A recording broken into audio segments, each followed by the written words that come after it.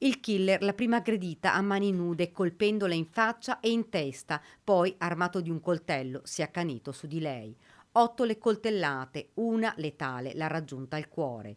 Ben 6 erano tagli profondi, elementi che emergono dall'esame autoptico eseguito a Treviso dall'anatomopatologo Antonello Cirnelli, iniziato intorno alle 11 e terminato circa 2 ore e mezza dopo. 2 coltellate hanno lesionato i polmoni. L'assassino avrebbe addirittura girato l'asse della mano che impugnava l'arma per essere certo che il colpo fosse letale. Ho mandato comunicazione direttamente in procura con tutti i dettagli di quello ovviamente che abbiamo repertato in questo momento e sarà poi la procura a dare tutte le indicazioni sul caso. L'esame autoptico è terminato intorno alle 13:30. Nei prossimi giorni ci saranno ulteriori accertamenti, fra questi il test del DNA sul feto che Vanessa portava in grembo per accertare la paternità. Sarà necessario fare anche questo tipo di accertamenti.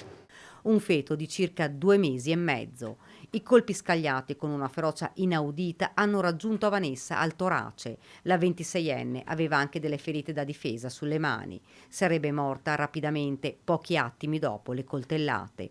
Ora si attende il nulla osta della magistratura che potrebbe arrivare nei prossimi giorni e la fissazione della data dei funerali.